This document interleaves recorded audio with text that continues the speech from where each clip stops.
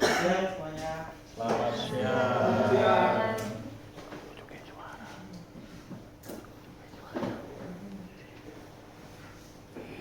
Bagaimana kabarnya hari ini? Baik Pak. Baik Pak. Mas Rezi puasa? Alhamdulillah puasa. Semuanya semoga puasanya lancar ya. Sebelumnya Oke loh. kita absen dulu. Siapa yang nggak masuk? Mas Akbar. Ya. Rea juga Pak sakit. Akbar kemana? Sakit. Dimas. Oh iya Dimas. Dimas rapat. Kalau Nadia Tepat Pak, tepat. ya. Tepat-tepatan Pak. Ya, semoga yang sakit diberi kesehatan, yang hilang semoga segera ditemukan, diberi hidayah ya Allah. Amin Pak. Sebelum kita memulai pelajaran pada hari ini, marilah kita berdoa agar ilmu yang akan kita diskusikan, kita dapat pada hari ini semoga bermanfaat untuk diri kita, untuk kemajuan diri kita. Berdoa dipimpin oleh kepala sekolah, oleh ketua kelas. Silakan Mas Ketua. Ya, baik teman-teman, sebelum kita mulai pelajaran hari ini, persilakan untuk berdoa terlebih dahulu. Berdoa dengan kepercayaan masing-masing. Mulai. Berdoa selesai. Amin.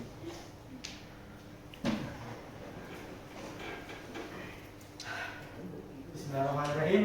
Assalamualaikum warahmatullahi wabarakatuh. Waalaikumsalam warahmatullahi wabarakatuh. Berjumpa lagi dengan saya di pelajaran yang kita cintai, pelajaran sejarah. Pertemuan sebelumnya kita telah mempelajari tentang masa Orde Baru. Nah, setelah masa Orde Baru, mungkin kalian mengetahui Indonesia memasuki masa apa? Informasi. Nah, betul. Indonesia memasuki masa Reform. masih.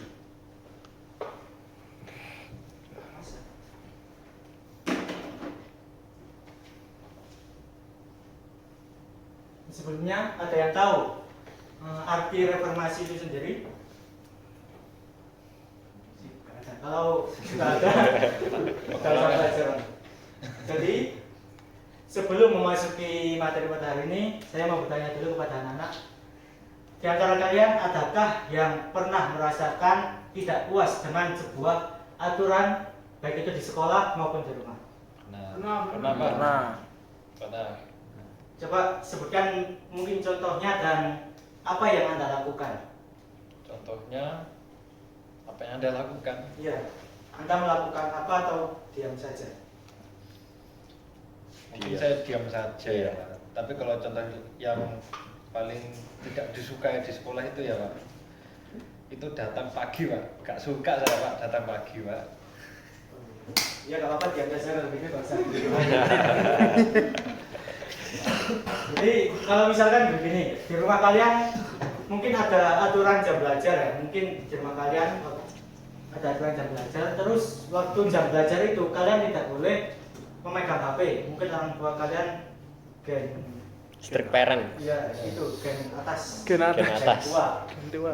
Kalian tidak boleh memegang HP. Kan kalian tahu sendiri bahwa pelajaran pada baru-baru ini, pada zaman sekarang itu sangat memerlukan sekali yang namanya media digital, karena sumber belajar melalui handphone. Kemudian kalian bingung karena tidak memakai HP, kalian ingin melakukan perubahan. Coba kalau ada di posisi itu, apa yang Anda lakukan, Mas?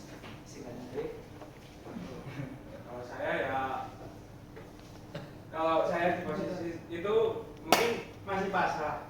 Pasrah. Sama pasrah ya di sini ya. Ini semuanya suka pasrah. Pulang Mungkin terlambat. gini, untuk membedakan. Jadi untuk melakukan perubahan itu ada dua cara. Yaitu yang pertama adalah revolusi, Anjay. yang kedua reformasi.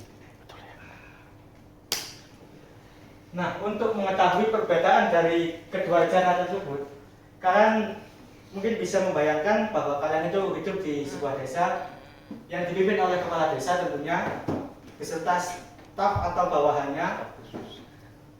Kemudian di desa tersebut kalian merasa atau kebanyakan mungkin petani atau buruh ya. Karena di desa tersebut petani atau buruh kalangan menengah ke bawah itu merasa tidak adil, kebijakan peraturan di desa tersebut tidak adil. Maka ada dua kelompok yang ingin melakukan perubahan.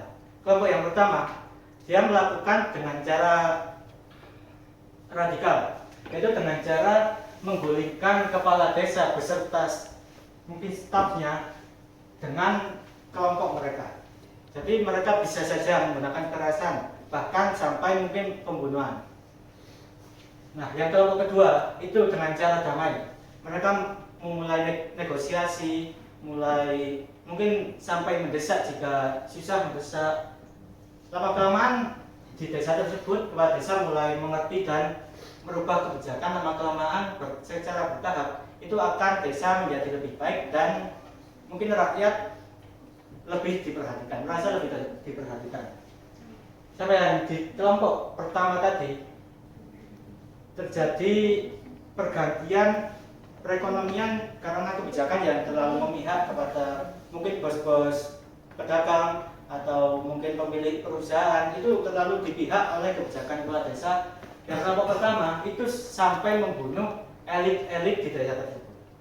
Nah, itu dia ciri-ciri dari kelompok pertama dan kelompok kedua. Mungkin kalian bisa menarik kesimpulan atau menarik definisi menurut kalian apa sih revolusi dan reformasi tersebut? Mungkin dari perbedaannya. Mungkin ada yang paham? Ya, mungkin revolusi itu lebih ke bagaimana kita itu ingin berubah dengan cara kekerasan dan cara radikal. Kemudian yang reformasi itu bagaimana kita bisa berubah tanpa melakukan cara radikal. Terima kasih jawabannya. Belum sekali. Ciri-ciri dari revolusi ini adalah cara radikal dan kadang melalui kekerasan.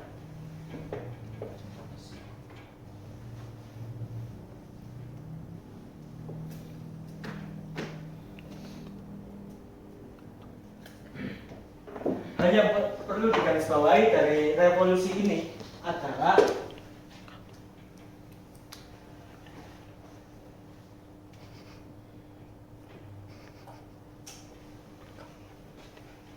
ciri-ciri dari revolusi adalah pergantian. Yang perlu digarisbawahi adalah pergantian dan reformasi. Sama seperti kata Mas Rosi tadi, damai.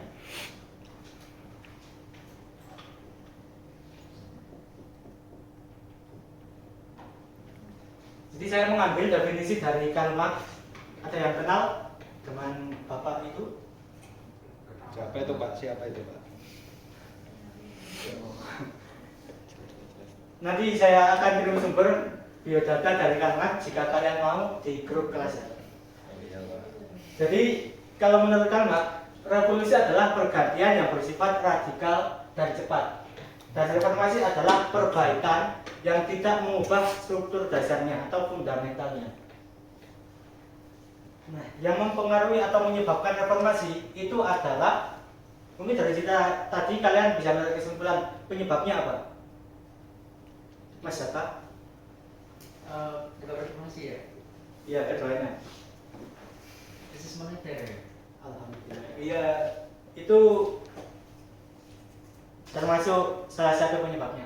Jadi yang menyebabkan revolusi atau reformasi secara umum ya, secara umum itu adalah ketidakpuasan.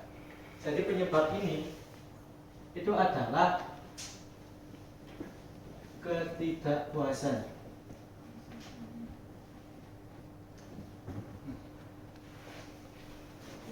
Setelah mengetahui perbedaan dari reformasi dan revolusi, mungkin kalian memiliki gambaran kira-kira reformasi di Indonesia tahun 1948 itu termasuk revolusi atau reformasi? Katanya reformasi. Katanya reformasi. Katanya reformasi Pak. Untuk supaya tidak, katanya kita harus membahas lebih lanjut mengenai kronologinya. Untuk yang pertama, di semua kejadian, di semua segala sesuatu lah, itu ada yang namanya sebab akibat. Sama seperti di sejarah modern yang dibawa oleh Herodotus itu membawa bahwa semua kejadian itu ada sebabnya, bukan ujuk-ujuk ada atau langsung ada gitu. Semuanya karena kehendak Tuhan, bukan gitu. Kalau di sejarah itu ada sebab dan akibat, bukan hanya dengan alasan oh itu kehendak Tuhan atau dan lain-lain. Jadi penyebabnya yang pertama, krisis seperti kata Mas Rizaka tadi, ada krisis moneter atau krisis ekonomi pada tahun 1987. 1997. Coba kalian bayangkan, mungkin kalian di sini suka membeli mie instan. Ya Pak, suka. Kalau kalian hidup di zaman itu, mungkin jika kalian sekarang membeli mie instan dengan harga 3.000 Indomie, mungkin dari Indomie 3.000,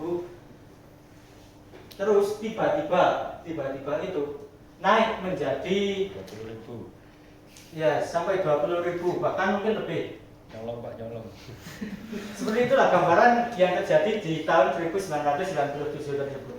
Karena apa terjadi hal tersebut? Karena yang pertama itu adalah krisis moneter yang melanda di Asia Tenggara. Yang pertama itu ada di Thailand, kemudian sampai melanda ke Indonesia. Terus yang kedua itu adanya hutang negara Indonesia. Hutang negara. Hutang negara Indonesia, hutang jangka pendek saja itu mencapai 30 sampai 40 US dollar. 40 miliar maksudnya. Sampai 40 miliar US dollar. Itu sangat besar sekali untuk sekarang. Berapa rupiah itu Pak? Dan krisis moneter yang terjadi di Indonesia pada tahun 1997 itu awal Juni itu mencapai 2.600 per 1 US dollar. Kemudian parah hingga 1 Januari 1998 itu mencapai 16.000 US dollar. Jadi itu bisa dibayangkan berapa kali lipat kenaikan kemerosotan rupiah maksudnya. Yang ketiga itu adalah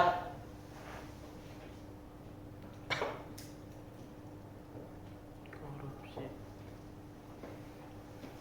yang ketiga itu adanya korupsi yang dilakukan oleh pejabat-pejabat negara dengan pemerintahan yang tertutup. Pemerintahan yang tertutup tidak terbuka kepada rakyat, inilah yang menyebabkan ketidakpuasan masyarakat. Ketidakpuasan. Seperti tadi bahwa revolusi dan reformasi penyebabnya adalah ketidakpuasan. Nah ini masyarakat Indonesia karena hal tersebut mereka merasa tidak puas karena pemerintah tidak bisa mengatasi krisis ekonomi yang terjadi. Sebenarnya ini sudah lama terjadi, tapi kenapa baru tahun 1998? Mungkin Mas Danu bisa menyampaikan mengapa reformasi baru terjadi tahun 98. Nggak tahu Pak, kenapa dua? Mungkin kalian sudah pernah dengar bahwa nasionalisme itu tumbuh dari mana? Dari tadi persamaan. rasa senasib sepananggungan. Nah, mereka merasa senasib karena Sama-sama korban. ya sama karena lapar, berarti mereka itulah orang lapar biasanya kan mudah ngamuk dan lain-lain. Jadi oleh karena itu mereka mulai melakukan pergerakan yang sebelumnya mereka apatis dan lain-lain, itu mulai melakukan pergerakan karena semua bahan pokok naik dan lain-lain.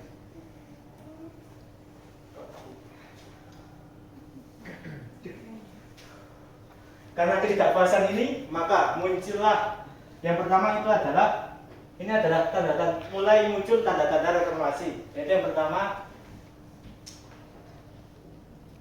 demonstrasi mahasiswa. Demonstrasi mahasiswa.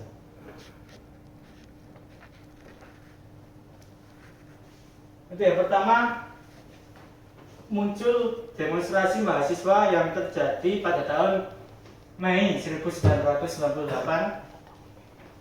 Jadi pada bulan Mei 1998 itu adalah bulan yang penuh dengan gejolak di bangsa Indonesia. Itu adalah bulan suram di sejarah bangsa Indonesia.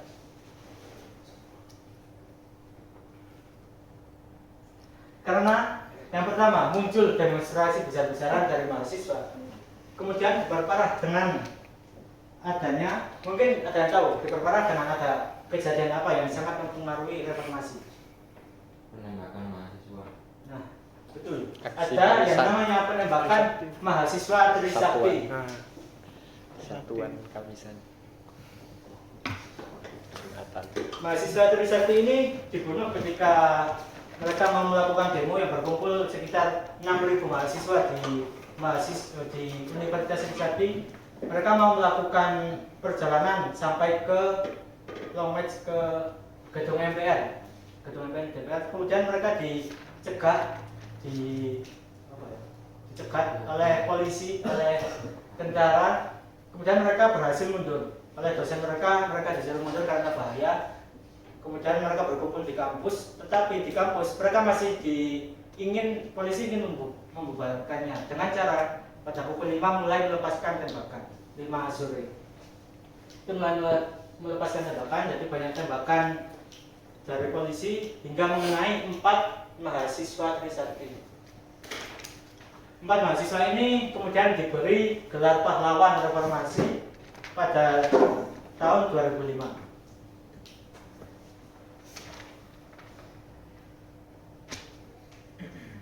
Kemudian karena inilah yang sebelumnya demonstrasi ini masih bersifat kedaerahan atau belum sebesar itu, kemudian dengan adanya penembakan Trisakti ini, para mahasiswa mulai terpanggil, semua masyarakat mulai terpanggil untuk melakukan demo atau melakukan perubahan.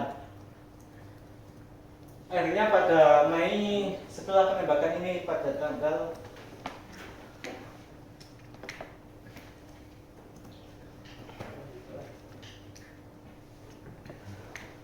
pada tanggal 10 Mei 13 Mei ini pada tanggal 13 Mei, kemudian tanggal 14 sampai 15 terjadi demonstrasi besar-besaran dan terjadi kerusuhan.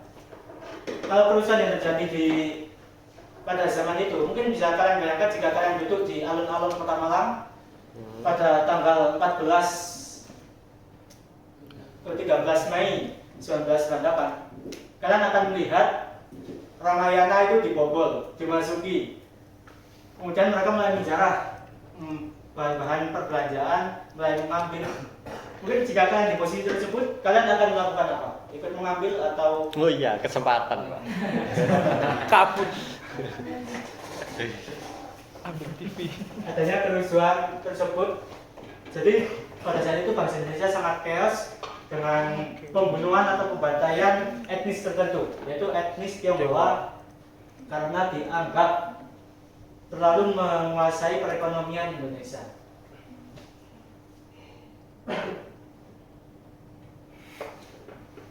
Setelah detik-detik reformasi ini, maka puncaknya adalah kemunduran dari presiden tercinta kita, Bapak Soeharto. Kim Jong Un. Puncaknya kemundurnya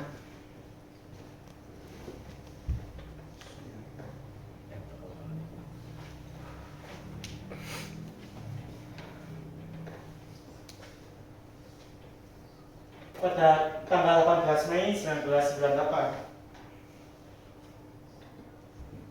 21 Mei, maaf. Pada tanggal 21 Mei, Soeharto mulai mengundurkan dirinya dan digantikan oleh B.J. Habibie yang menjadi pertanda dimulainya reformasi atau perbaikan. Nah, untuk selanjutnya apakah B.J. Habibie atau mungkin kalian sudah mengenalnya di film-film dia banyak, apakah dia bisa mengatasi krisis ekonomi, utang negara dan membenahi sistem sehingga menghapus korupsi di Indonesia.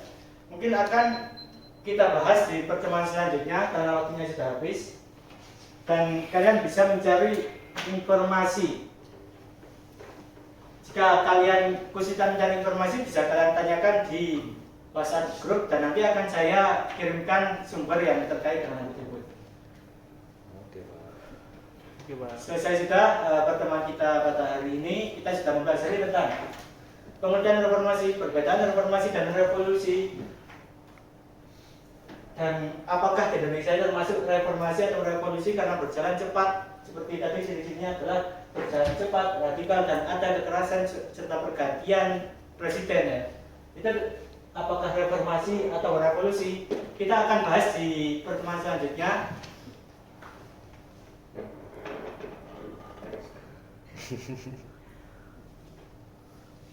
Kenapa, Pak? Sebenarnya saya masih ingin bicara ya. Waktunya kayak berasa kurang cuma 20 menit. Tapi karena waktu telah memisahkan kita, maka terima kasih telah mendengarkan. Semoga kita sukses selalu. Semoga puasanya lancar dan Amin. yang terakhir untuk memupuk rasa nasionalisme kita sebagai tanda rasa nasionalisme kita. Semoga timnas Indonesia menang. Amin. Sekian dari saya. Assalamualaikum warahmatullahi wabarakatuh. Waalaikumsalam warahmatullahi wabarakatuh. Terima kasih. Terima kasih, Pak.